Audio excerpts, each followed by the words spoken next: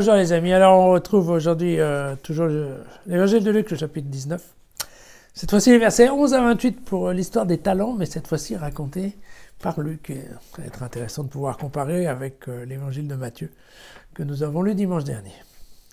Comme les gens écoutaient ces mots, Jésus ajouta une parabole parce qu'il était près de Jérusalem et que se figurait que le règne de Dieu allait se manifester sur le champ.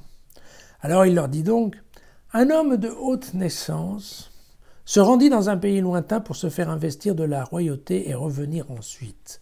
Il appela 10 de ses serviteurs, leur distribua 10 mines et leur dit « Faites des affaires jusqu'à mon retour ». Mais ses concitoyens le haïssaient et ils envoyèrent derrière lui une délégation pour dire « Nous ne voulons pas qu'il règne sur nous ». Or, quand il revint après s'être fait investir de la royauté, il fit appeler devant lui ses serviteurs, à qui il avait distribué l'argent, pour savoir quelles affaires chacun avait faites. Alors le premier se présenta et dit « Seigneur, ta mine a rapporté 10 mines. » Et lui dit « C'est bien, mon serviteur, puisque tu as été fidèle dans une toute petite affaire, reçois autorité sur 10 villes. » Le second vint et dit « Ta mine, Seigneur, a produit 5 mines. » Et donc, il lui dit de même à celui-là, « Toi, sois à la tête de 5 villes. » Un autre vint et il dit, « Seigneur, voici ta mine. Je l'avais mise de côté dans un linge, car j'avais peur de toi, parce que tu es un homme sévère. Tu retires ce que tu n'as pas déposé et tu moissonnes ce que tu n'as pas semé. » Alors il lui dit, « C'est d'après tes propres paroles que je vais te juger, mauvais serviteur. Tu savais que je suis un homme sévère, que je retire ce que je n'ai pas déposé et que je moissonne ce que je n'ai pas semé. Alors pourquoi n'as-tu pas mis mon argent à la banque à mon retour?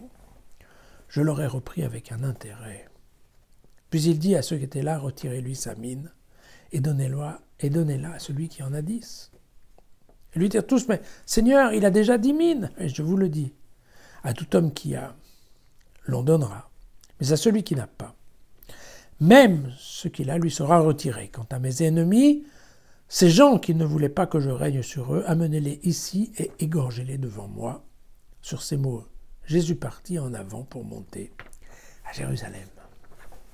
Voilà. Alors, c'est la dernière étape avant Jérusalem. Hein. Donc ça va être le dernier, en fait, voilà, c'est le dernier enseignement. Vous voyez qu'ensuite Jésus va vraiment monter, il est au pied de Jérusalem. Voilà. Et on se souvient que dans l'évangile de Luc, ce cheminement à Jérusalem a duré quasiment plus de 10 chapitres, n'est-ce pas? Alors, on retrouve, c'est amusant, donc là on comprend bien hein, que Luc et Matthieu ont travaillé à partir des mêmes documents. Voilà. Là, Luc rajoute un truc qui a à voir avec le fait donc, que le maître est un roi, mais que en fait, son peuple ne l'apprécie pas.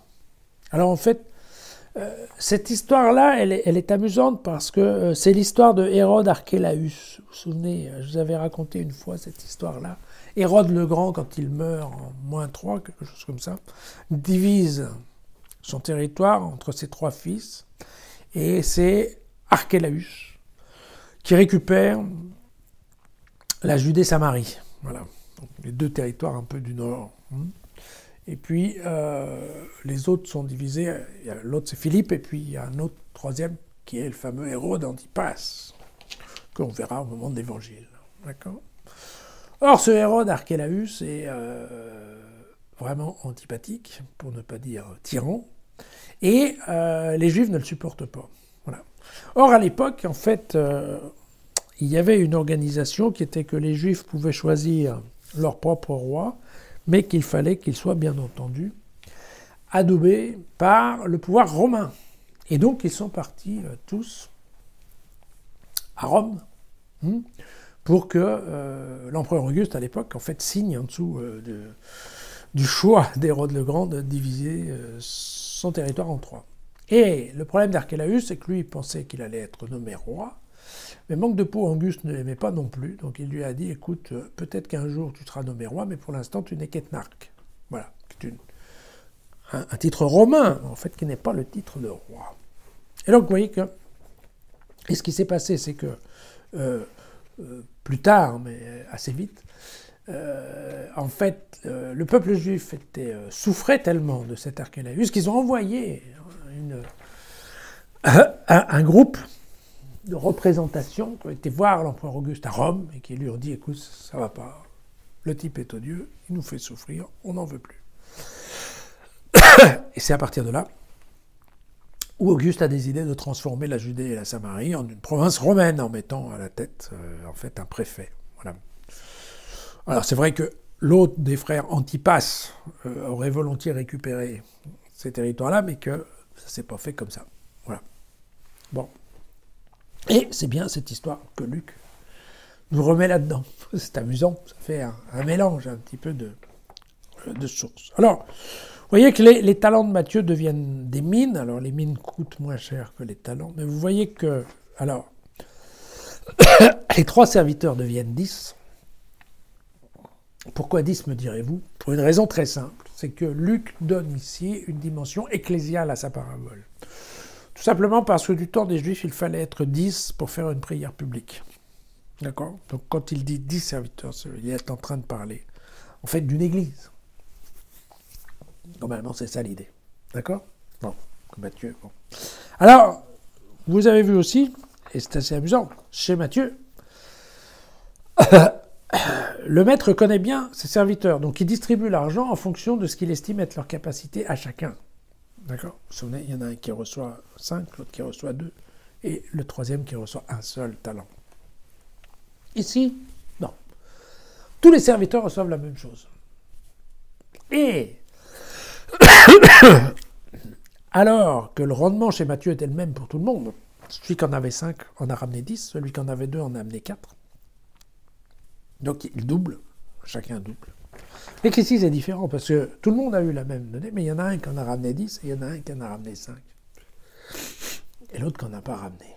Donc effectivement, il est évident que chez Luc, il y a des différences de rendement en fait, qui n'apparaissent pas vraiment chez Matthieu. Bon, on retrouve la même idée de la fidélité du serviteur et du serviteur qui se trompe en se faisant une fausse image de son maître, et entre autres en faisant l'image d'un maître terrible et antipathique. Et cette histoire, vous savez, qui ramasse ce qu'il n'a pas semé et qui moissonne ce qu'il n'a pas labouré, c'est une formule en fait pour dire que c'est un homme d'affaires qui achète ici et qui revend là. Voilà, en faisant de l'argent au milieu. Un businessman, voilà. Mais vous voyez que celui qui rapporte rien à toutes les fois se fait une idée d'un type absolument terrible et affreux. Ils sont morts de trouille et donc en fait ils font pas le boulot. Et ça c'est l'idée, si vous voulez, qu'il ne faut pas se tromper de Dieu, et que c'est vrai que les Juifs considéraient Dieu comme étant quelqu'un qui fait un peu peur, alors que en fait les chrétiens estiment que Dieu est au contraire un Dieu d'amour et qui connaît chacun de nous, donc il s'adapte. Vous voyez que les différences en fait, veulent dire quelque chose. Voilà. Écoutez, c'est ça l'histoire. C'est très intéressant de voir qu'en effet, voilà, encore une fois, un exemple typique où 2 évangélistes peuvent raconter la même histoire d'une façon assez différente, qu'on comprend. Et quand on y réfléchit, on arrive à des conclusions qui peuvent être très différentes, puisque vous voyez que Luc parle d'une assemblée, parle d'une église, donc Luc voit bien chacun des fidèles comme étant un membre de l'église, mais par contre chacun ayant sa propre capacité, sa propre... Typiquement, c'est vrai qu'on est beaucoup plus dans un discours d'universalité, cher à Luc, dans lequel l'église est composée de membres très différents, capables de faire des rendements donc, tout à fait différents. Alors que chez Matthieu, nous avons plutôt un père qui, lui, est capable de voir tout de suite qui fonctionne et qui va distribuer en fonction de ce qu'il connaît être les capacités de chacun. Et donc, typiquement, il y a une approche qui est beaucoup plus individuelle, voilà, des capacités de tout le monde. Voilà, c'était ça. Bon, moi j'ai bien aimé ça. Voilà, à demain.